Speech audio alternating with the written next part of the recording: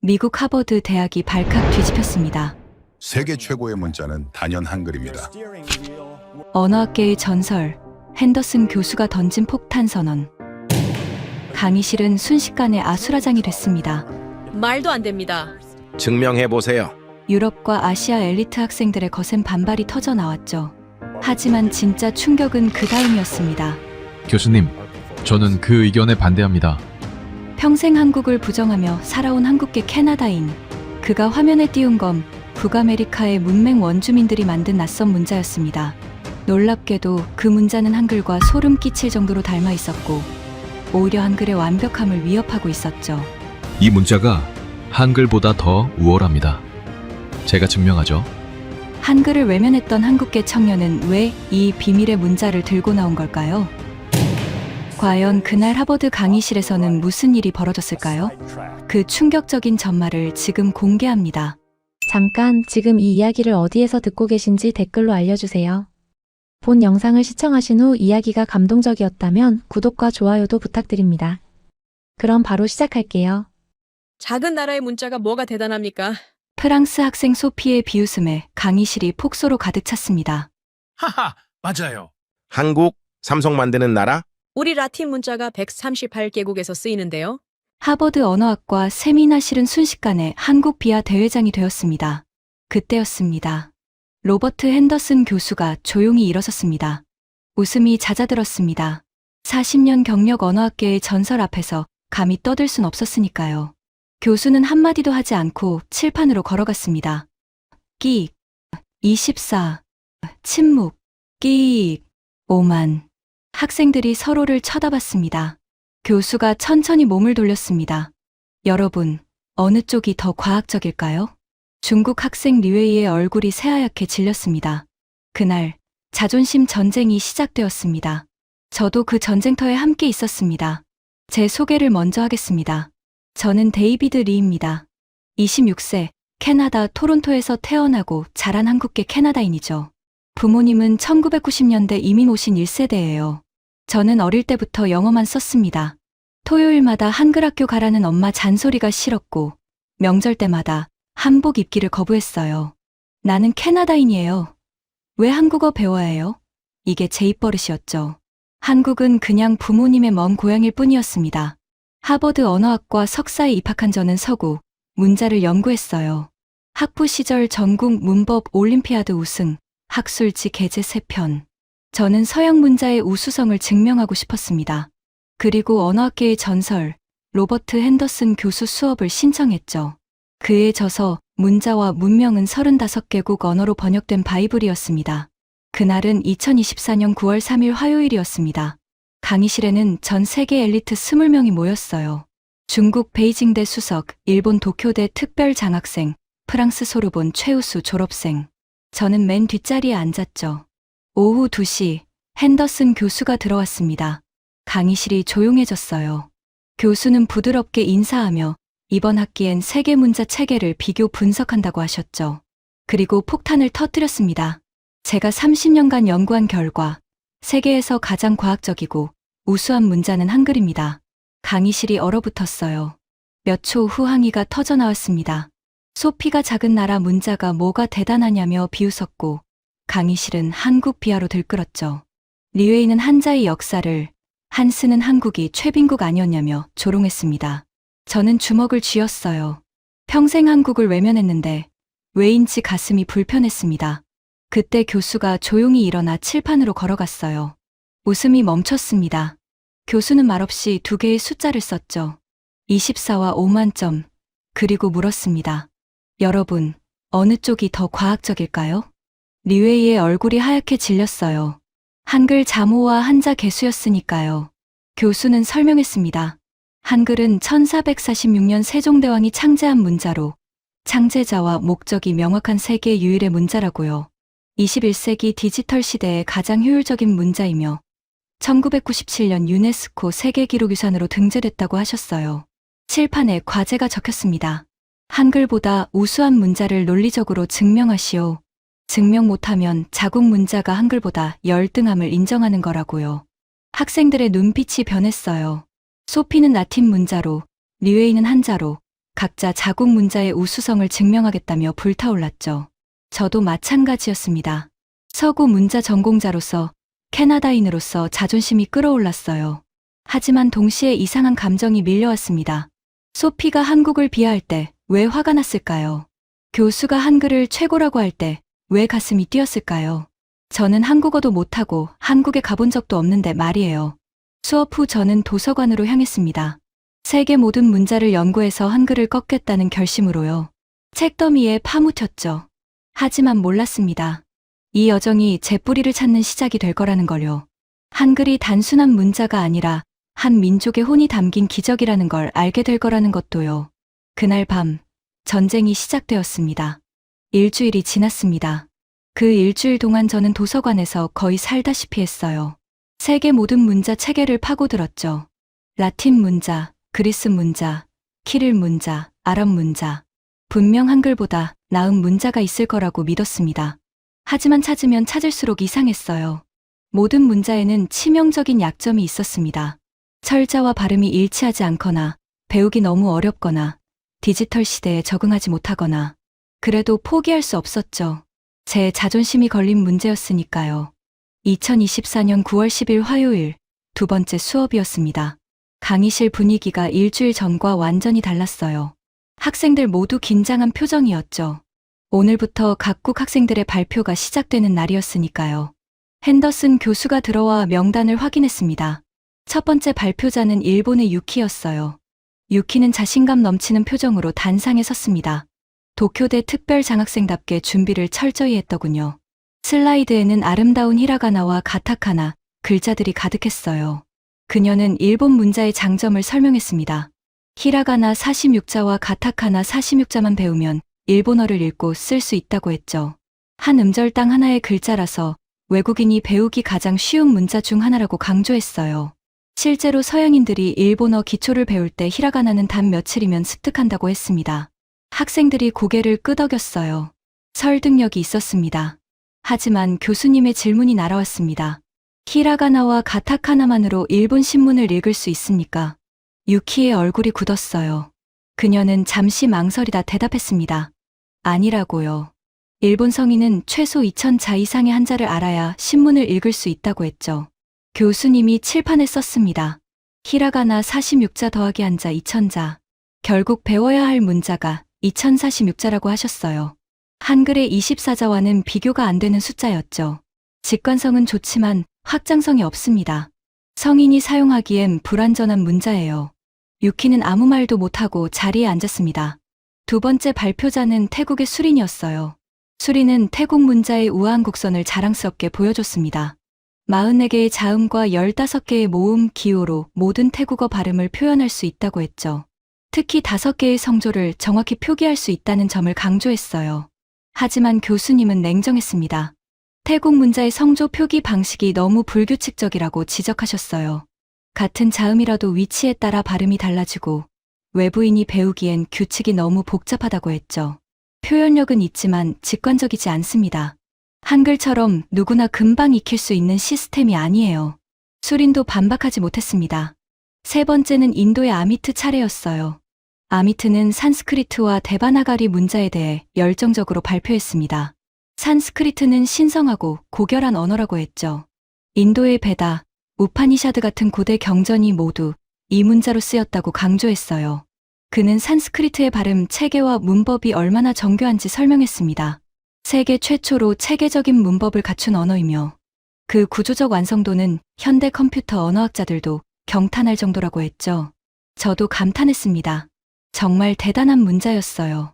하지만 교수님의 질문은 단순했습니다. 현재 산스크리트를 모국어로 사용하는 인구가 몇 명입니까? 아미트는 불편한 표정으로 대답했어요. 약 2만 명 정도라고요. 교수님이 고개를 끄덕였습니다. 철학적 가치는 인정합니다. 하지만 문자는 살아야 문자입니다. 아무리 완벽해도 사람들이 쓰지 않으면 박물관 속 유물일 뿐이에요. 강의실이 조용해졌어요. 교수님은 칠판에 크게 썼습니다. 문자의 첫 번째 목적 소통과 지식의 확산.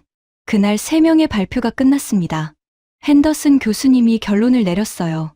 오늘 본 아시아 세 문자는 각각 장점이 있었지만 치명적 약점도 있었다고 하셨죠.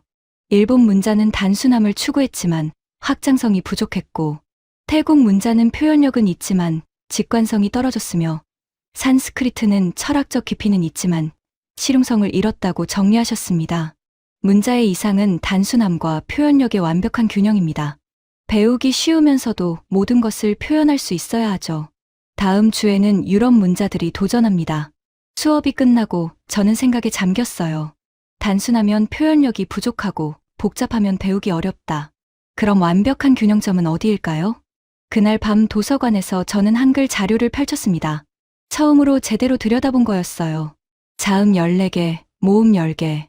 겨우 24개로 1만 개가 넘는 소리를 만들어낸다는 게 신기했습니다. 고, 노, 덜. 저는 한글 자모를 하나씩 따라 써봤어요. 부모님이 어릴 적 가르쳐 주려 했던 그 글자들을요. 이상했습니다. 왜인지 손이 떨렸어요. 분명 처음 쓰는 건데 낯설지 않았습니다. 마치 오래전에 잃어버린 무언가를 되찾은 것 같은 기분이었죠. 내가 왜 이러지? 저는 고개를 저었습니다. 아직 한글을 인정할 수 없었어요. 다음 주 유럽 문자들, 그 중에 분명 한글을 이길 문자가 있을 거라고 믿었습니다. 하지만 제 심장은 다른 말을 하고 있었습니다. 또 일주일이 지났습니다. 저는 여전히 도서관에 틀어박혀 있었어요. 이번 주는 유럽 문자들을 집중적으로 연구했죠.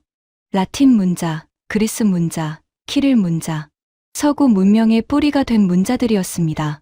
특히 라틴 문자에 기대를 걸었어요. 전 세계 138개국에서 사용하는 문자잖아요. 이 정도 영향력이면 한글을 충분히 이길 수 있을 거라고 생각했습니다. 2024년 9월 17일 화요일, 세 번째 수업이었습니다. 강의실 분위기는 지난주보다 더 긴장감이 흘렀어요. 지난주 아시아 문자들이 모두 무너지는 걸 봤으니까요. 오늘은 서구권 학생들 차례였죠. 첫 번째 발표자는 프랑스의 소피였습니다. 소피는 당당하게 단상에 섰어요. 그녀의 눈빛에서 라틴 문자에 대한 자부심이 느껴졌죠. 슬라이드에는 로마 제국부터 현대까지 이어진 라틴 문자의 화려한 역사가 펼쳐졌습니다. 소피는 설명했어요. 라틴 문자는 단순한 글자가 아니라 서구 문명의 뿌리라고요. 철학, 예술, 종교, 법, 인류 지식의 대부분이 이 문자로 기록되었다고 강조했죠. 현재 전 세계 138개국 이상에서 공식 문자로 사용되고 있으며 인터넷 콘텐츠의 70% 이상이 라틴 문자로 작성된다고 했습니다.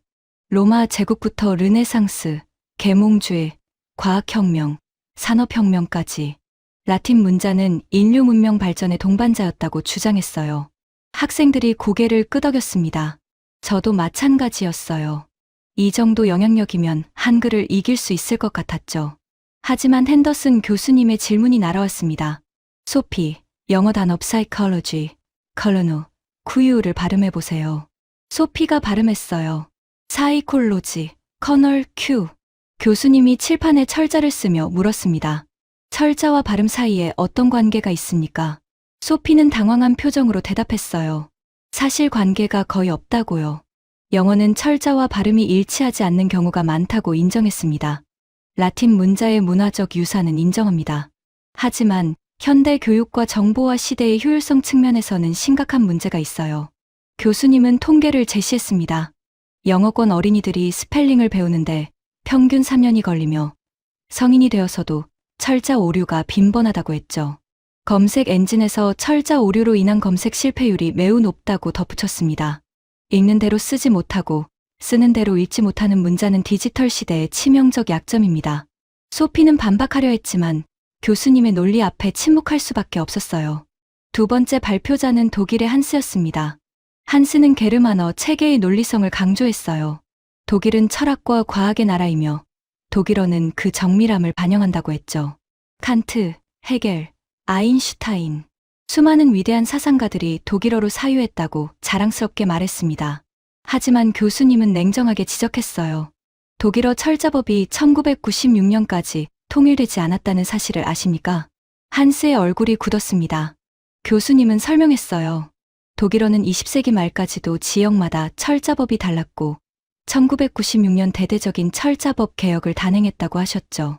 그런데 한글은 1446년 창제 당시부터 완벽한 체계를 갖추고 있었다고 비교했습니다. 550년의 차이입니다. 한스도 더 이상 반박하지 못했어요. 세 번째는 그리스의 니코스였습니다. 니코스는 그리스 문자의 역사적 가치를 강조했어요. 서구 철학의 근원이며 수학과 과학의 기초가 된 문자라고 했죠. 알파, 베타, 감마. 지금도 과학 공식에 그리스 문자가 사용된다고 자랑했습니다. 3000년 역사를 가진 그리스 문자는 민주주의, 철학, 수학의 언어였다고 강조했어요. 교수님은 그리스 문자의 역사적 중요성을 인정했습니다. 하지만 질문을 던졌죠. 현대 그리스어는 고대 그리스어와 얼마나 다릅니까? 니코스는 솔직하게 대답했어요. 많이 다르다고요. 현대 그리스인도 고대 그리스 문헌을 읽으려면 따로 공부해야 한다고 했습니다. 교수님이 말씀하셨어요. 역사는 위대합니다. 하지만 문자는 현재를 살아야 합니다. 한글은 500년 전 창제 당시의 원리가 지금도 그대로 작동해요. 변화 없이 완벽하게 유지되는 문자죠. 그날 3명의 발표가 끝났습니다. 핸더슨 교수님이 정리했어요. 오늘 본 유럽 문자들은 모두 위대한 문화적 유산이지만 실용성 측면에서는 한계가 명확했다고 하셨죠. 문화적 영향력과 역사적 가치는 훌륭합니다. 하지만 그것이 문자 체계의 과학적 우수성을 의미하지는 않아요. 다음 주에는 중국 한자가 도전합니다. 강의실이 웅성거렸어요. 드디어 최종 보스가 등장하는 거였죠. 수업이 끝나고 저는 복도에서 소피를 만났습니다. 소피가 말했어요. 솔직히 한글이 생각보다 대단한 것 같다고요. 처음엔 작은 나라 문자라고 무시했는데 이제는 궁금해진다고 했죠. 한스도 고개를 끄덕였어요. 한국이 70년 만에 선진국이 된 이유가 한글 때문은 아닐까 하고 진지하게 물었습니다. 저는 대답하지 못했어요. 저도 같은 생각을 하고 있었으니까요. 그날 밤 도서관에서 저는 한글 창제 원리를 공부했습니다. 자음은 발음 기관의 모양을 본떠 만들었고 모음은 천지인 삼재 사상을 담았다는 내용이었어요. 과학과 철학이 하나로 결합된 문자. 저는 훈민정음 해례본 사진을 보며 생각했습니다. 이게 정말 500년 전에 만들어진 거야? 21세기를 위해 설계된 것 같았어요. 다음 주 중국 한자와의 대결이 기다리고 있었습니다. 5000년 역사의 거대한 문자 체계. 저는 그 대결이 두려우면서도 기대되었어요. 그리고 점점 확신이 들었습니다. 한글이 정말 특별한 문자일지도 모른다고요. 일주일이 흘렀습니다. 강의실 분위기는 그 어느 때보다 긴장감으로 가득했어요. 오늘은 중국 학생 류웨이의 발표 날이었죠. 지난 3주간 모든 문자가 한글 앞에서 무너졌습니다. 하지만 오늘은 달랐어요. 한자는 5000년 역사를 자랑하는 동아시아 문명의 뿌리였으니까요. 저도 긴장했습니다. 한자야말로 한글의 진짜 라이벌이라고 생각했죠. 2024년 9월 24일 화요일 4번째 수업이었습니다. 류웨이가 단상에 섰어요. 베이징 대학 수석답게 준비가 철저했죠. 슬라이드에는 갑골문부터 현대 한자까지 이어지는 장대한 역사가 펼쳐졌습니다. 류웨이는 자신감 넘치는 목소리로 말했어요. 한자는 5000년 중국 문명을 지탱한 문자라고요. 세계에서 가장 오래된 문자 체계 중 하나로 끊김없이 현재까지 이어진다고 강조했죠. 한자의 특징도 설명했습니다. 표의 문자로서 한 글자가 하나의 개념을 담는다고 했어요. 형태 자체에 철학이 담겨 있으며 서예를 통해 예술로 승화된다고 했죠.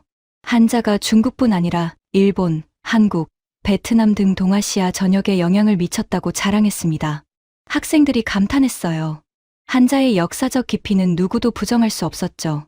그때 류웨이가 도발적인 말을 했습니다. 한국도 20세기까지 한자를 공식 문자로 썼습니다. 한글은 한자를 보조하는 문자에 불과했죠.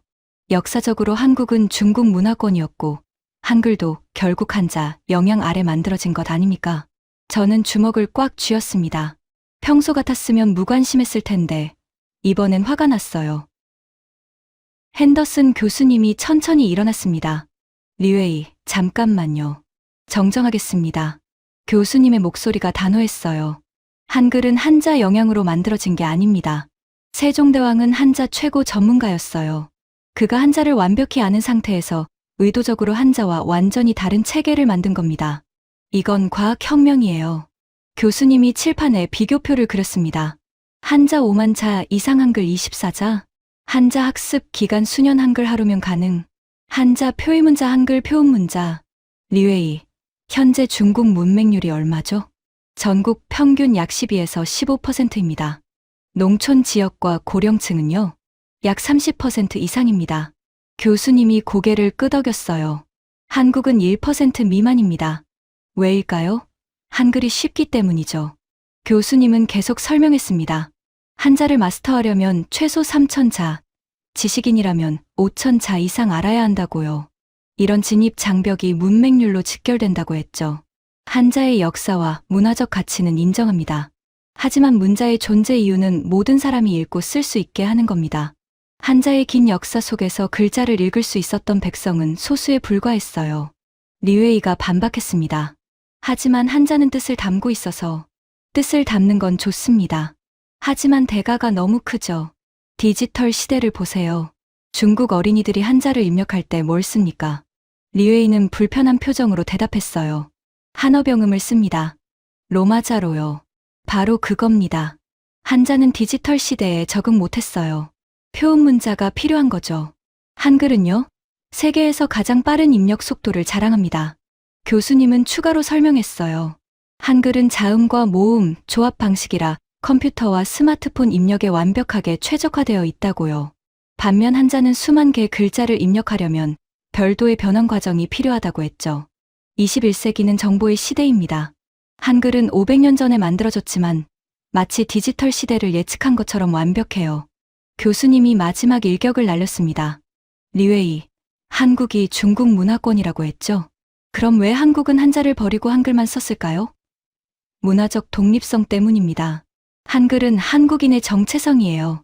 교수님은 한글 창제의 의미를 설명했어요. 세종대왕은 백성들이 글을 몰라 억울한 일을 당하는 걸 안타까워했다고요. 그래서 누구나 쉽게 배울 수 있는 문자를 만들었다고 했죠. 한자는 지배층의 문자였습니다. 한글은 모든 백성을 위한 문자예요. 이게 결정적 차이입니다. 강의실이 완전히 조용해졌어요. 리웨이는 고개를 숙이며 자리에 앉았습니다. 옆자리에서 속삭임이 들렸죠. 우리가 쳤어. 수업이 끝나고 복도에서 리웨이를 만났습니다. 그가 먼저 말했어요. 데이비드, 솔직히 인정한다. 한글이 한자보다 논리적이야. 저는 놀랐습니다. 처음엔 무시했어. 작은 나라 문자라고. 근데 공부하면 할수록 정말 대단해.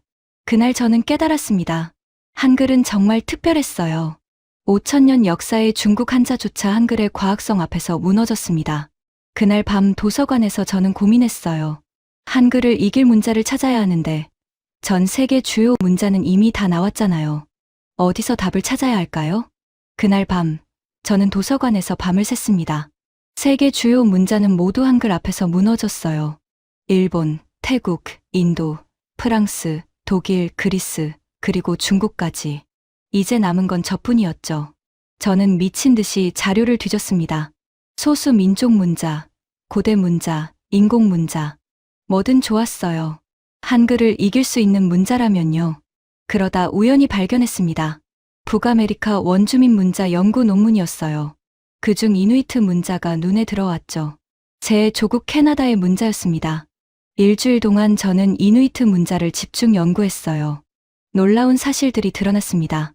1970년대 창제된 음절 문자로 문맹이었던 원주민들이 단 3일 만에 읽고 쓸 수 있게 됐다는 전설적 기록이 있었죠. 기하학적 도형을 기반으로 한 과학적 체계였어요. 한글처럼 모양과 소리가 연결됐고 14개 자음과 3개 모음으로 42개 음절을 만들었습니다. 한글의 24자보다 더 적었죠. 현재 캐나다 누나부트 준주 공식 문자였고 유니코드에도 정식 등재됐어요. 이거다. 저는 확신했습니다. 드디어 한글을 이길 문자를 찾았다고요. 2024년 10월 1일 화요일 5번째 수업이었습니다. 핸더슨 교수님이 물었어요. 더 도전할 학생이 있냐고요. 저는 손을 들었습니다. 강의실이 웅성거렸어요. 한국계인 제가 한글에 도전한다니 놀랐겠죠. 저는 단상에 섰습니다. 심장이 빠르게 뛰었어요. 저는 캐나다 출신입니다. 오늘은 제 조국의 문자, 이누이트 문자를 소개하겠습니다. 슬라이드를 켰어요. 독특한 기하학적 문자가 화면에 나타났습니다. 저는 열정적으로 설명했습니다. 1970년대 창제, 3일 만에 전설적 보급 속도, 과학적 원리, 한글보다 적은 학습량, 극지방 환경 최적화, 캐나다 공식 문자 지위, 디지털 시대 적응까지. 이누이트 문자는 한글처럼 과학적입니다. 보급 속도는 오히려 더 빨랐죠. 한글이 세계 최고라면 이누이트 문자는 그에 필적합니다. 박수가 터져 나왔어요. 소피가 외쳤습니다. 드디어 한글을 넘었다고요. 저는 승리를 확신했습니다. 하지만 핸더슨 교수님의 표정은 달랐어요. 데이비드, 훌륭한 발표였습니다. 교수님이 잠시 멈추셨다가 질문하셨죠. 현재 이누이트 문자를 일상적으로 사용하는 인구가 몇 명입니까? 제 가슴이 철렁했어요. 약 3만에서 3만 5천 명입니다. 사용률 추세는요, 감소하고 있습니다. 젊은 세대는 영어를 선호합니다. 교수님이 고개를 끄덕였어요. 3만 명 대한글 사용자 8천만 명, 2,000배 넘는 차이라고 하셨죠. 이누이트 문자는 훌륭합니다. 하지만 정부 주도로 만들어졌어요. 한글은 왕이 만들었지만 백성이 목숨 걸고 지킨 문자입니다. 저는 입술을 깨물었습니다. 이누이트 문자는 보존 대상이에요. 살아남기 위해 애쓰는 문자죠. 한글은요? K-팝과 K-드라마를 통해 전 세계가 배우고 싶어하는 문자입니다. 2009년 인도네시아 찌아찌아족이 한글을 공식 문자로 채택했어요. 교수님이 저를 바라보며 물었습니다. 데이비드, 가장 중요한 질문을 하겠습니다. 강의실이 조용해졌어요. 교수님은 차분하게 말씀하셨습니다. 당신은 이누이트어를 할 줄 아냐고, 이누이트 문자를 읽을 수 있냐고 물으셨어요. 저는 고개를 저었죠. 그런데 왜 이 문자로 한글에 도전하냐고 하셨습니다. 저는 대답할 수 없었어요. 교수님이 부드럽게 계속 말씀하셨어요. 당신은 한국계인데 한국어를 할 줄 아냐고, 한글을 읽을 수 있냐고 물으셨죠. 저는 또 고개를 저었습니다. 강의실 전체가 숨죽였어요. 교수님이 마지막으로 말씀하셨습니다. 당신은 평생 두 개의 뿌리를 외면하고 살았군요. 이누이트와 한국 모두요. 그런데 오늘 당신이 선택한 건 이누이트였습니다. 왜일까요? 제 생각엔 당신이 정말 두려워하는 건 한글이 아니라 당신 자신인 것 같습니다. 저는 아무 말도 할 수 없었어요. 자리로 돌아오는 길이 너무 멀게 느껴졌습니다. 그날 저는 완전히 패배했어요. 문자 경쟁에서가 아니라 제 자신에게요. 수업이 끝나고 저는 강의실을 나왔습니다. 복도를 걷는데 다리에 힘이 없었어요. 교수님의 마지막 말이 계속 머릿속을 맴돌았죠. 당신이 정말 두려워하는 건 한글이 아니라 당신 자신입니다. 맞았어요. 저는 평생 제 뿌리를 외면하고 살았습니다. 일주일이 지났습니다. 2024년 10월 8일 화요일 6번째 수업이었어요. 핸더슨 교수님이 칠판에 썼습니다. 문자와 민족 정체성. 지난 5주간 문자의 과학적 우수성을 논했습니다. 오늘은 다른 질문을 던져보죠. 문자가 한 민족에게 어떤 의미일까요? 교수님이 슬라이드를 켰어요. 1910년, 한국은 일본 식민지가 됩니다. 누가 일본이 뭘 했는지 아는 사람. 소피가 손을 들었어요. 한국어 사용을 금지했다고 들었어요. 맞습니다. 1938년부터 학교에서 한국어 전면 금지, 한글 신문 폐간, 서적 압수. 그럼 한국인들은 어떻게 했을까요? 강의실이 조용했어요. 아무도 모르겠다는 표정이었죠. 교수님이 자료를 보여줬습니다. 산속 비밀 학교, 지하실 교실 사진들이었어요. 비밀 학교를 만들었습니다. 잡히면? 한스가 조심스럽게 말했어요. 투옥, 아니면 차형. 투옥과 고문이었습니다. 그런데도 계속했어요. 리웨이가 물었습니다. 왜요? 그렇게까지 해야 했나요? 교수님이 리웨이를 바라봤어요. 리웨이, 만약 중국에서 한자 사용이 금지된다면? 리웨이는 잠시 생각하더니 대답했습니다. 견딜 수 없을 것 같아요. 한자는 우리 정체성이니까. 바로 그겁니다. 교수님이 다음 슬라이드를 넘겼어요. 1942년 조선어학회 사건. 한글 사전 만들던 학자 33명 체포, 2명 옥사.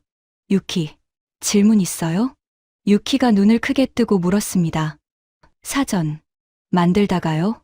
그게 왜 범죄인가요? 일본 입장에서는 독립운동이었죠. 언어를 지키는 건 민족을 지키는 거니까. 유키의 얼굴이 창백해졌어요. 교수님이 계속했습니다. 그런데 해방 후 6개월 만에 사전을 완성합니다. 누가 어떻게 그럴 수 있었을까요? 니코스가 손을 들었어요. 살아남은 학자들이요? 맞습니다. 감옥에서 나온 학자들이 즉시 작업을 재개했어요. 교수님이 통계 자료를 보여줬습니다.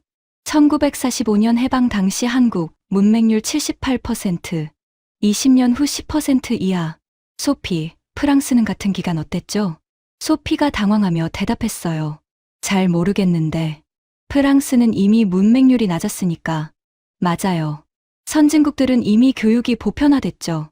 그런데 전쟁으로 폐허가 된 나라가 20년 만에 68% 문맹률을 낮췄어요. 어떻게 가능했을까요? 한스가 말했습니다. 한글이 쉬워서요? 맞습니다. 그리고 또 뭐가 필요할까요? 저도 모르게 손을 들었어요. 배우려는 의지요? 교수님이 저를 보며 고개를 끄덕였습니다. 데이비드, 정확합니다. 1950에 60년대 한국 마을마다 촛불 켜놓고 공부하는 사람들로 가득했어요. 전쟁 끝나고 바로요. 왜 그랬을까요? 저는 대답했습니다. 배워야 살 수 있으니까요. 그리고 뺏겼던 걸 되찾고 싶었으니까요. 교수님이 미소 지었어요. 교수님이 현대 자료로 넘어갔습니다. 현대 한국의 특이 사례. 한글날은 국경일입니다. 리웨이, 중국의 한자의 날 있나요? 없어요. 소피, 프랑스의 라틴 문자의 날은 없습니다. 한국만 있어요. 왜일까요? 강의실이 조용했어요. 교수님이 설명했습니다. 잃어봤던 사람은 압니다. 그게 얼마나 소중한지를요. 유키가 조용히 울고 있었어요. 일본이 그런 짓을 했다니. 소피가 말했습니다. 문자를 지키려고 목숨을 거는 거. 상상이 안 돼요. 교수님이 마지막으로 말씀하셨어요. 2009년 인도네시아 찌아찌아족이 한글을 채택했습니다. 배우기 쉬워서. 맞아요. 하지만 또 다른 이유가 있어요. 한국인들이 한글을 대하는 태도를 봤기 때문입니다. 그렇게 소중히 여기는 문자라면 우리도 소중히 여길 수 있겠다고 생각한 거죠. 수업이 끝났습니다. 저는 자리에서 일어나지 못했어요. 눈물이 계속 흘러내렸죠. 부모님 얼굴이 떠올랐습니다. 토요일마다 한글 학교 보내려던 엄마, 한국 사람이라고 하시던 아버지. 그분들도 이 역사를 알고 계셨겠죠. 복도로 나오니 유에이가 다가왔어요. 데이비드, 미안해. 처음에 한국 무시한 거. 소피도 말했습니다. 나도 미안해. 작은 나라라고 비웃었잖아. 한스가 고개를 숙였어요. 데이비드, 너 한국계 맞지? 자랑스러워해. 진짜로. 그날 저는 깨달았습니다. 한글은 그냥 문자가 아니었어요. 한 민족이 목숨 걸고 지켜낸 역사였습니다. 그리고 그게 제 뿌리였어요. 수업이 끝나고 저는 도서관으로 향했습니다. 이번엔 한글을 이기기 위해서가 아니었어요. 그냥 알고 싶었습니다. 제 뿌리를 말이에요. 도서관 한국학 코너로 갔습니다. 평생 피해 다니던 그곳이었죠. 한글 교재, 한국 역사책, 문화 서적들이 가득했어요. 저는 처음 배우는 한글이라는 책을 꺼냈습니다. 첫 페이지를 펼쳤어요. 부모님이 어릴 적 가르쳐 주려 했던 그 글자들이었습니다. 신기했어요. 교수님 말씀대로 정말 쉬웠습니다. 자음 14개, 모음 10개. 1시간 만에 다 익혔어요. 그리고 조합하기 시작했죠. 기역의 아를 합치니 가가 됐고, 니은의 아를 합치니 나가 됐습니다. 마치 퍼즐 맞추는 것 같았어요. 24개 조각으로 무한한 조합이 만들어졌죠. 대한민국. 제 손으로 처음 쓴 한글이었습니다. 손이 떨렸어요. 왜일까요? 처음 쓰는 건데 낯설지 않았습니다. 오히려 오래전에 잃어버린 무언가를 되찾은 기분이었죠. 일주일 동안 저는 한글에 빠져들었습니다. 기본 자모를 익히고, 단어를 배우고, 문장을 읽기 시작했어요. 3주 만에 간단한 한글 문장을 읽을 수 있게 됐습니다. 그러다 K-팝 가사를 찾아봤어요. BTS의 봄날이었습니다. 영어 번역본으로만 봤던 가사를 한글로 읽으니 완전히 달랐어요. 보고 싶다. 이렇게 말하니까 더 보고 싶다. 이 한 줄이 가슴에 꽂혔습니다. 영어 번역으로는 그 애절함이 반도 전달되지 않았는데 한글로 읽으니 단어 하나하나에 담긴 감정이 느껴졌어요. 이게 한글의 힘인가 싶었습니다. 저는 더 깊이 파고들었습니다. 한글의 디지털 우수성을 연구했어요. MIT 컴퓨터공학과 논문을 찾았죠. 한글이 알파벳보다 타이핑 속도가 30% 빠르다는 연구 결과였습니다. 자음과 모음을 조합하는 방식이라 손가락 이동 거리가 짧다고 했어요. 스마트폰 입력도 마찬가지였죠. 구글 AI 연구 자료도 찾았습니다. 한글 음성인식 정확도가 세계 1위라고 했어요. 표음 문자이면서 음절 단위로 묶이는 구조가 AI 학습에 최적화되어 있다고 설명했죠. 500년 전 문자가 디지털 시대를 예측한 것처럼 완벽했습니다. 어느 날 밤, 저는 부모님께 전화를 걸었습니다. 토론토는 새벽이었지만 아버지가 받으셨어요. 민준아, 무슨 일이야? 이 시간에. 민준. 제 한국 이름이었습니다. 평생 부정했던 그 이름이요. 아빠, 목이 메었어요. 미안해요. 뭐가? 제가 몰랐어요. 한글이 이렇게 대단한지, 한국이 어떤 나라인지. 전화기 너머로 아버지의 숨소리가 들렸습니다. 민준아. 아빠, 엄마가 한글 가르치려고 했을 때 제가 반항했잖아요. 한국 사람 아니라고, 캐나다 사람이라고. 괜찮다. 아니에요. 안 괜찮아요. 저는 평생 제 뿌리를 부정하고 살았어요. 아버지가 조용히 말씀하셨습니다. 민준아, 내가 깨달았으면 됐다. 늦지 않았어. 아빠, 한글 가르쳐 주세요. 다시 배우고 싶어요. 전화기 너머로 아버지의 울음소리가 들렸습니다. 알았다, 아들아. 이번 방학 때 집에 오너라. 엄마가 얼마나 좋아할지 몰라. 전화를 끊고 나서 엄마한테 문자를 보냈어요. 한글로요.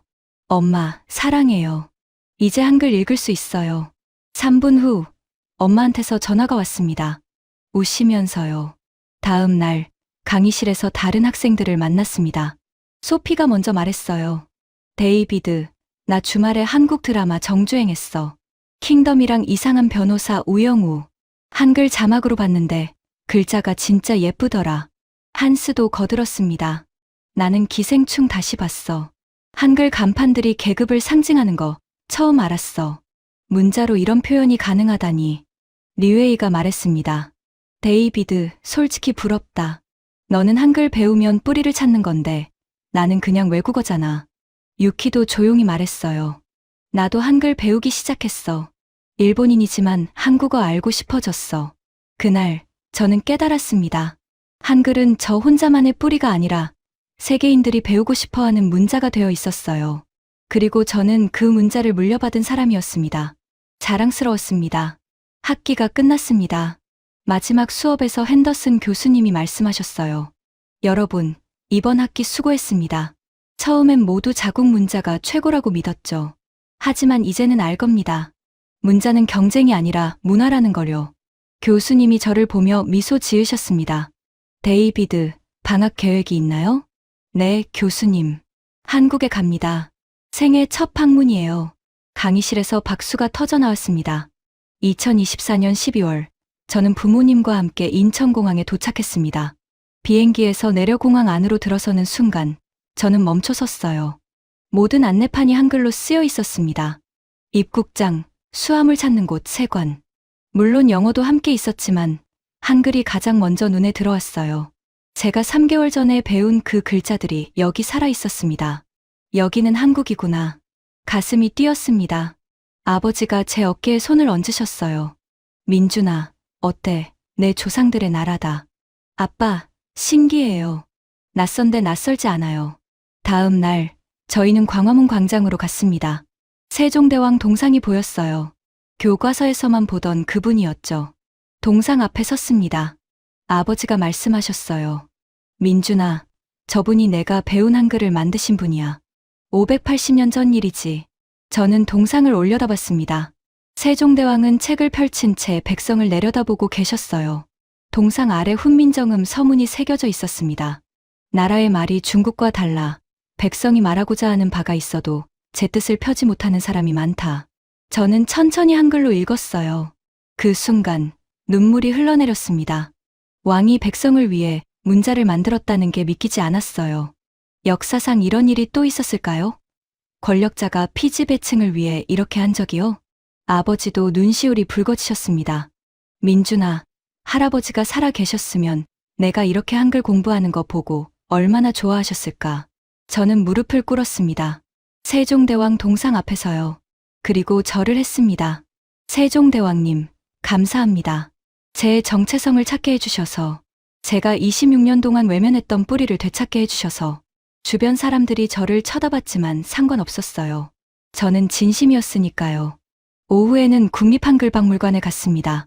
입구에 들어서자 훈민정음 헤레본이 전시되어 있었어요. 유네스코 세계기록유산이라는 설명이 붙어 있었죠. 1446년에 쓰인 원본이었습니다.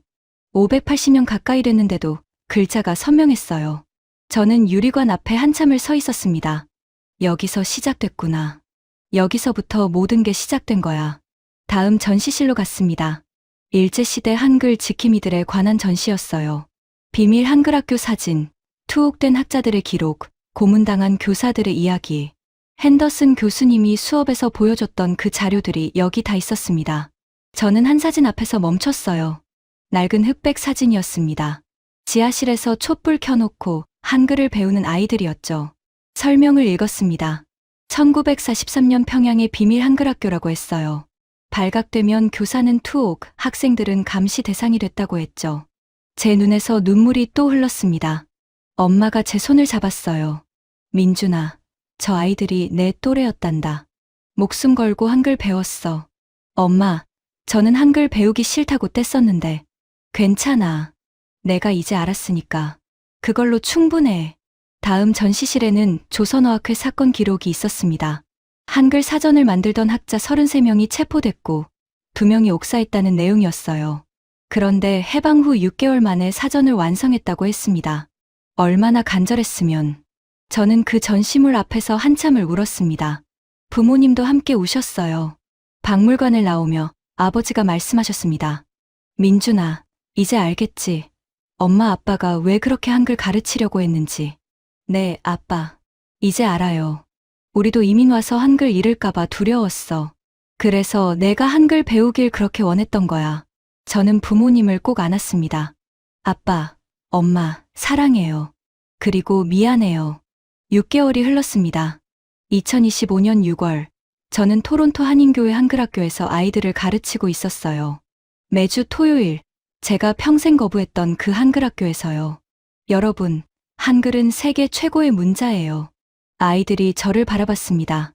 여러분 조상들이 목숨 걸고 지킨 보물이에요. 선생님도 26년 동안 몰랐어요. 하지만 이제 알아요. 한글은 우리 정체성이라는 걸요. 한 아이가 손을 들었습니다. 선생님, 한글이 정말 영어보다 좋아요? 저는 미소 지었습니다. 좋고 나쁨이 아니에요. 한글은 세상에 단 하나뿐인 우리만의 자랑이에요.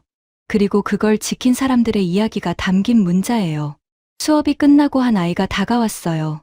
선생님, 저도 선생님처럼 한글 선생님 될래요. 제 눈에 눈물이 맺혔습니다.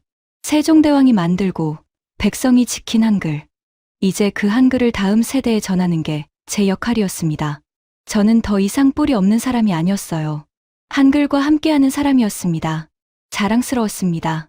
여러분, 오늘의 이야기는 여기까지입니다. 하버드 강의실에서 시작된 한 청년의 여정이었습니다. 평생 자신의 뿌리를 외면했던 한국계 캐나다인 데이비드 리. 그는 한글을 이기려 했지만 결국 한글을 통해 자신을 찾았죠.